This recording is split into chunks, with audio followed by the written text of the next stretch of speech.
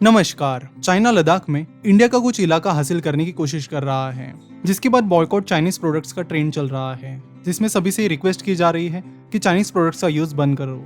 और ये पहली बार नहीं है, इससे पहले भी बॉयकॉट चाइनीज प्रोडक्ट का ट्रेंड आया था। जैसे कि जब कोरोना वायरस का स्प्रेड पूरी दुनिया में होने लगा था, तब भी बॉयकॉट चाइनीज प्रोडक्ट का ट्रेंड आया था। चाइना पर उस टाइम काफी सारे सवाल उठे थे कि कोरोना वायरस वुहान से बाहर कहीं नहीं जा पाया, वो चाइना के अदर पार्ट्स में और अदर सिटीज में नहीं जा पाया, वही वो दुनिया के कोने कोने में चला गया। जब कोरोना वायरस शुरुआती दौर में था, तो चाइना ने कोरोना वायरस से जुड़ी इंपॉर्टेंट इन्फॉर्मेशन दुनिया से छुपा कर रखी, जिसका अंजाम पूरी दुनिया को भुगतना पड़ा। बाद में जिन कंट्रीज में कोरोना वायरस फैल रहा है, वहां पर चाइना ने पीपीई किट्स तो भेजी, लेकिन वो इतनी खराब क्वालिटी की थी कि उन कंट्रीज को वो पीपीई किट्स चाइना को वापस करनी पड़ी। और इतना सब कुछ होने के बावजूद भी उनका एरोगेंस बिल्कुल भी कम नहीं हुआ है। उसके बाद इनोवेटर सोनम वांगचुक भी आगे आए हैं। उन्होंने कहा है कि हम ये जंग बुलेट से नहीं बल्कि वॉलेट से खेलेंगे, और वॉलेट से खेलकर ही चाइना को हराएंगे। मिस्टर सोनम वांगचुक 2009 में स्पॉटलाइट में आए थे, जब ये सामने आया था कि 3 इडियट्स में आमिर ने जो फुंगसुक वांगडू का रोल किया था, वो सोनम वांगचुक की लाइफ से इंस्पायर था, जबकि सोनम इस बात से अग्री नहीं करते।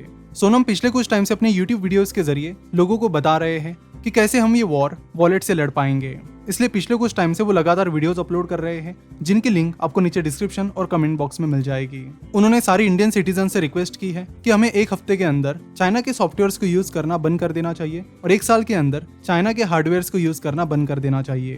पिछले कई सालों से इंडिया बहुत सारी चीजें चाइना से इंपोर्ट करता आ रहा है, जैसे कि electronic devices, machineries, chemicals, antibiotics etcetera. लेकिन अब चाइनीज टेक प्रोडक्ट्स का यूज भी इंडिया में काफी बढ़ गया है। अब ये जो भी चाइनीज टेक कंपनीज है, इनमें से ज्यादातर कंपनीज इंडियन लोगों का डेटा चाइनीज गवर्नमेंट के साथ शेयर करती है। 2014 में इंडियन एयरफोर्स ने शाओमी के फोन्स को बैन कर दिया था। इंडियन एयरफोर्स को यह पता चल गया था कि शाओमी के फोन्स लोगों के फोन नंबर, IMEI नंबर और ऑपरेटर का नाम चाइना के सर्वर्स को भेज रहे हैं। सिर्फ शाओमी ही नहीं, बहुत सारी चाइनीज कंपनीज पर यह आरोप है कि वो यूजर्स का डेटा चाइनीज गवर्नमेंट के साथ शेयर करते हैं। कनाडा और US ने चाइनीज कंपनी हुआवे पर भी आरोप लगाया था कि वो भी यूजर्स का सारा डेटा चाइनीज गवर्नमेंट के साथ शेयर करती है, जिसके बाद कई सारी कंट्रीज ने हुआवे को बैन कर दिया था। फाइनेंशियल ईयर 2018-19 में इंडिया ने चाइना से $70 बिलियन का इंपोर्ट किया था, जिसमें से $20.6 बिलियन का इंपोर्ट इलेक्ट्रॉनिक प्रोडक्ट्स का था। यानी चाइना से आने वाले टोटल इंपोर्ट में से 30% इंपोर्ट इलेक्ट्रॉनिक प्रोडक्ट्स का है।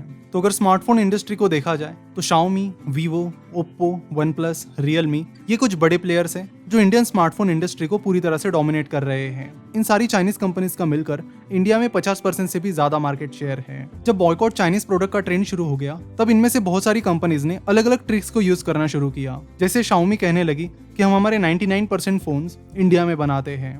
तो सभी को यह समझना चाहिए कि अगर वो इंडिया में प्रोडक्ट बना भी रही है, तो भी वो एक चाइनीज कंपनी है, तो अल्टीमेटली पैसा चाइना को ही जाएगा। कंप्यूटर्स में लिनोवो का अच्छा खासा मार्केट शेयर है, और बाकी इलेक्ट्रॉनिक अप्लायंसेस में हायर का अच्छा खासा मार्केट शेयर है। अगर चाइनीज टेक्नोलॉजी कंपनीज की बात की जाए, तो उसमें ByteDance लीड कर रहा है। ByteDance के अलग अलग ऐप्स जैसे कि टिकटॉक, वीगो, हेलो, ये सारे ऐप्स इंडिया में काफी ज्यादा यूज होते हैं। इसके अलावा बाकी चाइनीज ऐप्स जैसे कि UC browser, Vmate, Xender, ShareChat और PUBG भी काफी यूज होते हैं। इनके अलावा पावर सेक्टर में भी काफी ज्यादा इंपोर्ट चाइना से होता है। इंडिया में जितने भी सोलर इक्विपमेंट यूज किए जाते हैं, उनमें से 90% इक्विपमेंट चाइना से इंपोर्ट किए जाते हैं। साल 2013-14 में चाइना से $596 मिलियन के सोलर इक्विपमेंट्स इंपोर्ट हुए थे, और साल 2017-18 में और अगले 2-3 साल में ये अमाउंट बहुत ज्यादा बढ़कर साल 2017-18 तक $3.41 बिलियन हो गई। इंडिया को जितनी एंटीबायोटिक्स लगती है, उसमें से 80% एंटीबायोटिक्स चाइना से इंपोर्ट की जाती है। इंडिया जितने इलेक्ट्रॉनिक प्रोडक्ट्स यूज करता है, उसमें से 60% इलेक्ट्रॉनिक प्रोडक्ट्स चाइना से इंपोर्ट किए जाते हैं। साल 2017 में इंडिया और चाइना के बीच $84.4 बिलियन का ट्रेड हुआ था। अगर हम ट्रेड डिफिसिट की बात की जाए, तो चाइना के साथ इंडिया की ट्रेड डिफिसिट बहुत ही ज्यादा है। साल 2016-17 में इंडिया की चाइना के साथ जो ट्रेड डिफिसिट थी, वो $51.75 बिलियन थी। यानी इंडिया जितना भी माल चाइना को एक्सपोर्ट करता है, उससे कई ज्यादा माल इंडिया चाइना से इंपोर्ट करता है। जब भी कोई कंट्री एक्सपोर्ट से ज्यादा इंपोर्ट करती है, तो उसे ट्रेड डिफिसिट का सामना करना पड़ता है। 2016-17 में जो ट्रेड डिफिसिट 51.75 बिलियन थी, वो बढ़कर साल 2017-18 में $63 बिलियन बन गई। साल 2017-18 में इंडिया ने चाइना को $13.3 बिलियन का सामान एक्सपोर्ट किया था, वही $76.38 बिलियन का सामान इंपोर्ट किया था। उसके बाद फाइनेंशियल ईयर 2018-19 में काफी सारी इंप्रूवमेंट्स देखने मिली। 2018-19 में इंडिया से चाइना को होने वाला एक्सपोर्ट 30% से बढ़ गया, और चाइना से इंडिया को होने वाला इंपोर्ट 9% से गिर गया, जिसकी वजह से ट्रेड डिफिसिट जो है वो $10 बिलियन से कम होकर $53 बिलियन पर आ गई। यानी 3,80,000 करोड़ पर आ गई। और जैसे कि हमने बात की कि टोटल इंपोर्ट में से 30% इंपोर्ट इलेक्ट्रॉनिक प्रोडक्ट्स का है, तो अगर हम कई सारे इलेक्ट्रॉनिक प्रोडक्ट्स बॉयकॉट करते हैं तो उससे ये डिफिसिट कम होने में काफी हेल्प हो जाएगी। चाइना इंडिया के साथ जो हरकतें कर रहा है ये पहली बार नहीं है। इससे पहले भी चाइना की ये हरकतें पिछले कई सालों से लगातार जारी है। United Nations that is UN Jaish-e-Mohammed के चीफ मसूद अजहर को ग्लोबल टेररिस्ट का नाम देने जा रही थी, लेकिन चाइना ने इसे रोक दिया।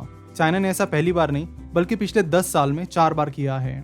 जैश-ए-मोहम्मद ने पुलवामा अटैक की रिस्पॉन्सिबिलिटी ली थी, जिसमें इंडिया के 40 सीआरपीएफ जवान शहीद हुए थे। इतना ही नहीं, चाइना लगातार पाकिस्तान को फाइनेंशियल सपोर्ट कर रहा है, जिससे काफी सारा पैसा टेररिस्ट एक्टिविटीज की तरफ जाता है और उसका अंजाम भी इंडिया को और इंडियन आर्मी को फेस करना पड़ता है। तो इस वॉर को अगर हमें जीतना है तो ये एक 2 स्टेप प्रोसेस है। पहली स्टेप है कि चाइनीज प्रोडक्ट्स को बॉयकॉट करना, लेकिन सिर्फ इससे भी काम नहीं चलेगा और इसीलिए स्टेप 2 भी इंपॉर्टेंट है। स्टेप 2 है इंडियन ब्रांड्स को और मेक इन इंडिया को सपोर्ट करना। करीब 40-50 साल पहले की बात है, कुछ जापानीज स्टूडेंट्स यूके में पढ़ने गए थे। वहां पर जब वो क्लास में बैठते थे तो अपनी पेंसिल निकालते थे और उससे इंपॉर्टेंट पॉइंट्स नोट करते थे। वो जापानीज स्टूडेंट्स जिस पेंसिल का उपयोग करते थे वो उतनी हाई क्वालिटी की नहीं थी, जबकि जो यूके के स्टूडेंट्स यूज करते थे वो पेंसिल्स काफी हाई क्वालिटी की थी। तो कई सारे यूके के स्टूडेंट्स उन्हें पूछा करते थे कि आप यूके की पेंसिल्स क्यों नहीं यूज करते जो कि काफी हाई क्वालिटी की है। तो उस पर उन जापानीज स्टूडेंट्स का आंसर था कि हम जो पेंसिल यूज कर रहे हैं वो जापानीज पेंसिल है। अगर हम ही हमारे प्रोडक्ट्स को यूज नहीं करेंगे तो फिर कौन करेगा। और आज हम देखते हैं कि जापान और Japanese companies world class product बनाने के लिए जाने जाते हैं। शुरुआत में थोड़ा कॉम्प्रोमाइज तो जरूर करना पड़ेगा। एक बार इंडियन कंपनीज को पता चले कि लोग इंडियन प्रोडक्ट्स यूज कर रहे हैं तो ज्यादा से ज्यादा इंडियन बिजनेसमैन और इंडियन कंपनीज वो प्रोडक्ट बनाने लगेगी, जिससे कंपटीशन भी बढ़ेगी और प्रोडक्ट की क्वालिटी भी इंप्रूव होगी। इसके लिए इंडियन यूथ को भी इन सारी चीजों में इनिशिएटिव लेना होगा, चाहे वो चाइनीज प्रोडक्ट्स को बॉयकॉट करना हो या फिर इंडियन प्रोडक्ट्स की मैन्युफैक्चरिंग करना हो। इंडिया के पास फिलहाल एक बहुत बड़ी मैन्युफैक्चरिंग अपॉर्चुनिटी है। कोरोना वायरस के चलते चाइना ने जो हरकतें की है उसकी वजह से चाइना का असली चेहरा सभी कंट्रीज के सामने आ गया है और इसलिए बहुत सारी कंट्रीज अपना मैन्युफैक्चरिंग बेस चाइना से शिफ्ट कर रही है और कुछ कंपनीज ने तो इंडिया में शिफ्ट भी कर लिया है। तो इन सब चीजों के चलते मीडियम और स्मॉल कैप कंपनीज के पास ग्रोथ की बहुत बड़ी अपॉर्चुनिटी है। साथ ही इन चीजों से इंडिया में अच्छी खासी एम्प्लॉयमेंट भी क्रिएट हो जाएगी। तो यहाँ पर जरूरत है हम सभी को इनिशिएटिव लेने की और इंडिया में मैन्युफैक्चरिंग इंडस्ट्री को स्ट्रॉन्ग बनाने की। तो आज की इस वीडियो का कंक्लूजन ये है कि यही बेस्ट टाइम है चाइना को सबक सिखाने का। पहले ही चाइना का यूएस के साथ ट्रेड वॉर चल रहा है, जिसकी वजह से चाइना से यूएस को जाने वाला जो एक्सपोर्ट है वो लगभग 20% से कम हो गया है। अगर हम भी चाइनीज प्रोडक्ट्स को बॉयकॉट करते हैं तो चाइना से इंडिया को होने वाला एक्सपोर्ट भी कम हो जाएगा और बाकी कंट्रीज भी चाइना के रुख से परेशान हैं, जिसके चलते वो चाइना को अवॉइड करने की कोशिश कर रहे हैं। जापान ने तो जापानीज कंपनीज को $2.2 बिलियन का पैकेज अनाउंस किया है, सिर्फ इसलिए कि वो अपना मैन्युफैक्चरिंग बेस चाइना से हटाकर किसी और कंट्री में शिफ्ट करें। तो इस बेहतरीन मौके को हमें बिल्कुल भी नहीं गंवाना चाहिए।